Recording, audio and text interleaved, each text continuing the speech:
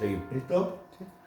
Bueno, estábamos diciendo que lo que había dentro de este cerco perimetral era esto que ustedes ven acá, era la arena del desierto, pero todo este espacio era el atrio.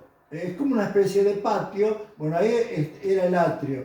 Aquí estaba el altar del sacrificio, ahora les voy a decir para qué, y acá estaba una fuente que se llamaba lavacro, donde los sacerdotes necesariamente tenían que lavarse las manos y tenían que lavarse los pies en señal de purificación antes de ponerse a ministrar, porque la administración de ellos era acá en el altar del sacrificio o el altar del holocausto. Esa tarea la hacían los sacerdotes. Y los levitas eran los ayudantes.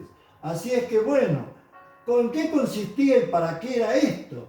Es que la gente que vivía acá en las carpas, o sea, miles y miles de personas, se calcula que eran 2 millones de personas aproximadamente, otros dicen 5 millones, pero bueno, lo que sea, la gente vivía como vivimos hoy día nosotros, cometiendo errores en familia, discutiendo, peleándose, riéndose, llorando, en fin, tenían sus propios animalitos también, y bueno, pero cometían pecados, ofensas. Ellos sabían que las cosas que a Dios le agradaban y a las cosas que a Dios les agradaban, porque ellos lo conocían a Dios por las manifestaciones extraordinarias que Dios hacía con una llama de fuego de noche para guiarlos y una nube durante el día para cubrirlos del sol, pero no lo habían visto nunca. Pero Moisés les hablaba de Dios y les decía lo que Dios quería y lo que Dios no quería. Así es que ellos acá quebrantaban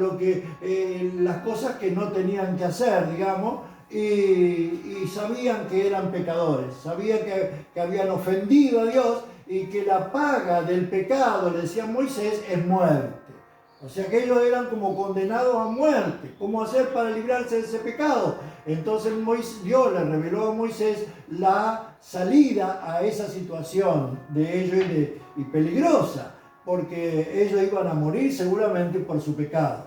Entonces Dios le dijo a Moisés que ellos, para poder hacer expiación de sus pecados, tenían que traer un animal. Ese animal podía ser un cordero, un cabrito o un becerro. ¿Qué es un becerro? Es un toro joven. Podían traer para ofrecerlo en expiación por sus pecados. Así que, bueno, de acuerdo a la capacidad de cada uno de ellos, cuando tomaban la decisión de hacer expiación de su pecado y reconciliarse con Dios y quedar libres de ese pecado que habían cometido, traían el animalito. Esto que vemos acá es la puerta. Esta puerta era la única que había para entrar acá a este patio. Tenía 10 metros de largo. Ellos venían con un animal, pasaban esta puerta con mucho temor, inmediatamente salía un ayudante, que era un levita, salía, los atendía. Y bueno, el hombre decía, hombre o mujer, vengo a confesar mi pecado, ¿qué tengo que hacer? Me dijeron que tenía que traer un animal, así que se lo daban al levita, sí, correcto, lo traían acá, lo llevaban y se lo presentaban a un sacerdote, cuando se ocupaba el sacerdote. Pues el hombre decía, vengo a expiar mi pecado para que Dios me perdone, tengo mucho miedo porque me dicen que acá vive Dios. Tal cual, acá vive Dios y ahí está su casa, eso que está ahí es la casa de Dios, ese resplandor es que está la presencia de Dios ahora ahí. Así que bueno, el hombre temblando le dejaba el animal, así que el animal, el levita o el sacerdote ya ahora que lo atendía, le decía, tenés que ponerle la mano en la cabeza y confesar tu pecado, contarle todo lo malo que vos hiciste, no te olvides de nada, ponerle la mano, que te escuche el animal, nada más, que te escuche el animal. Así es que, y confesar tu pecado, porque ese es el pecado por el cual vos venís a hacer expiación o buscar perdón. Entonces eso es lo que hacía, confesaba su pecado y una vez que él ya había hecho su confesión, se lo entregaba al sacerdote y delante de sus ojos veía cómo el sacerdote lo degollaba, lo mataba y tomaba el animal y lo ponía acá en el altar del holocausto, que más abajo vamos a ver algunas imágenes de cómo era este altar del holocausto, altar del sacrificio. Lo ponían ahí arriba, obviamente eso era ponían leña y ahí se prendía fuego el animal y se quemaba. Así que bueno, ese animal lo que hacía era llevarse el pecado de la persona. Una vez una chica veterinaria me dijo, ¡qué injusticia! Y bueno, ella lo tomó así, se indignó, pero en realidad todo eso era figura de que Cristo iba a ocupar alguna vez ese lugar que estaban ocupando. Ellos eran mediadores, o sea, el animalito moría por ellos. El animalito cumplía, digamos, lo que ellos tenían que, ellos en realidad tenían que morir porque la paga del pecado era la muerte, ellos los que habían cometido pecado, pero sin embargo ahora iba a morir un animal en lugar de ellos. Bueno, todo eso tipificaba a cómo Cristo murió en la cruz del Calvario por nosotros, ocupando nuestro lugar. Esto era un animalito inocente, sin pecado, sin defectos. Así fue Cristo a la cruz del Calvario. Inocente, sin pecado de ninguna clase, porque Él fue perfecto Dios, pero fue perfecto hombre. Entonces Él ocupó nuestro lugar y murió y derramó su sangre como los animalitos derramaban su sangre acá en el altar de sacrificio. Bueno, acá dentro de la casa propiamente dicho, la casa de Dios, este lugar tenía 13 metros de largo por 4 metros 50 de ancho. Había una cortina por acá que separaba. La primera parte se llamaba el lugar santo y la segunda parte el lugar santísimo. Ahí adentro había algunos muebles y ahí la presencia de Dios se manifestaba solamente en este lugar, donde había una caja que se llamaba el arca. Dentro de esa caja estaban las tablas de la ley que habían sido escritas por el mismo dedo de Dios y no había otro mueble. Ahí al lugar santísimo, acá podían entrar los sacerdotes a hacer una especie de culto a Dios. Ahí tenían un altar del incienso que le llamaban, después lo vamos a ver la imagen. Ellos ahí ofrecían especies aromáticas para adorar a Dios y adoraban al Señor. Hoy día en algunas religiones usan los famosos, ¿cómo es que le llaman? Saumerios. Bueno, nosotros no usamos saumerio porque justamente lo usan religiones que no son como la nuestra. No usamos, pero era una especie de saumerio, o sea, especies aromáticas las ponían en el altar del incienso y ahí ellos alababan y adoraban a Dios y en fin, todo eso pasaba acá en el lugar santo, solamente los sacerdotes, solamente el pueblo no, el pueblo estaba siempre afuera. Bueno, después estaba el lugar santísimo y al lugar santísimo una vez al año entraba el sumo sacerdote, el que tenía más categoría, en este caso era Aarón, entraba una vez al año y ahí él pedía intercesión, hacía una intercesión, le pedía a Dios perdón por el pecado, pero de toda la gente, de toda la nación, le pedía perdón a Dios, por eso intercedía. Bueno, ahora podemos pasar a la imagen de algunos muebles y a lo mejor también la vestidura del sumo sacerdote, porque todo eso era también muy significativo. Acá tenemos el lavacro, el lugar donde la fuente de bronce que se había hecho con los espejos de las mujeres. Ahí es donde estos eran los levitas.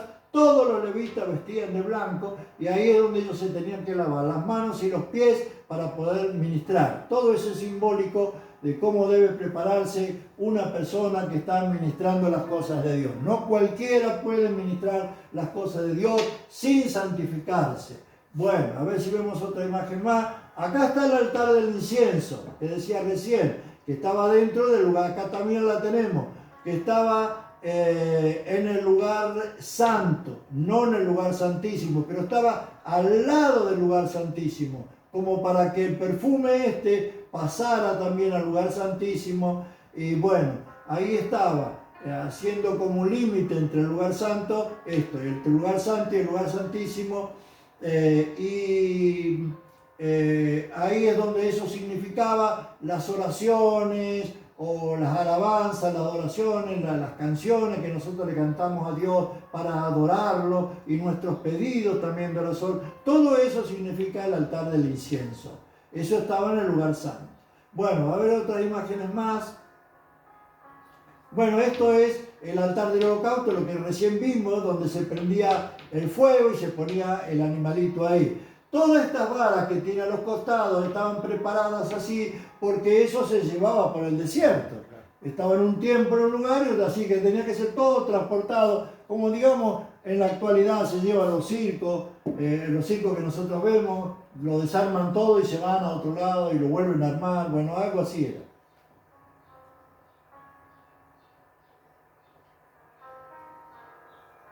Dame una imagen del sumo sacerdote.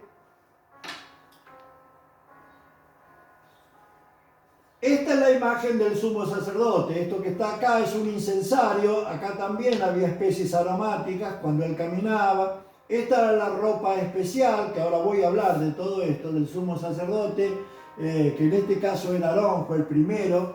Y acá en el borde de una parte de su vestidura tenía campanillas y también tenía bordado unos frutos.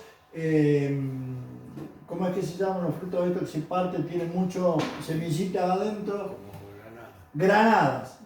Todo esto tenía bordado granadas acá porque significaba que iba a dar mucho fruto, abundancia, pero también tenía unas campanillas. ¿Por qué el sumo sacerdote tenía esta vestimenta? Ahora lo voy a explicar. Acá él tenía un pectoral hecho muy especial con 12 piedras preciosas. Acá está. 12 piedras preciosas, 3 y 4 para acá son 12 piedras. ¿Por qué 12? Porque todo Israel estaba compuesto de 12 tribus.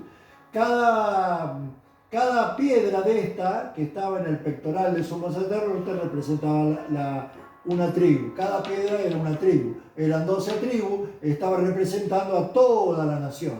Por eso yo dije que él entraba a hacer intercesión por toda la nación, por todo el pueblo, una vez al año en el lugar santísimo. ¿No hay una imagen del lugar santísimo? Bueno, les decía también de que acá había unas campanillas.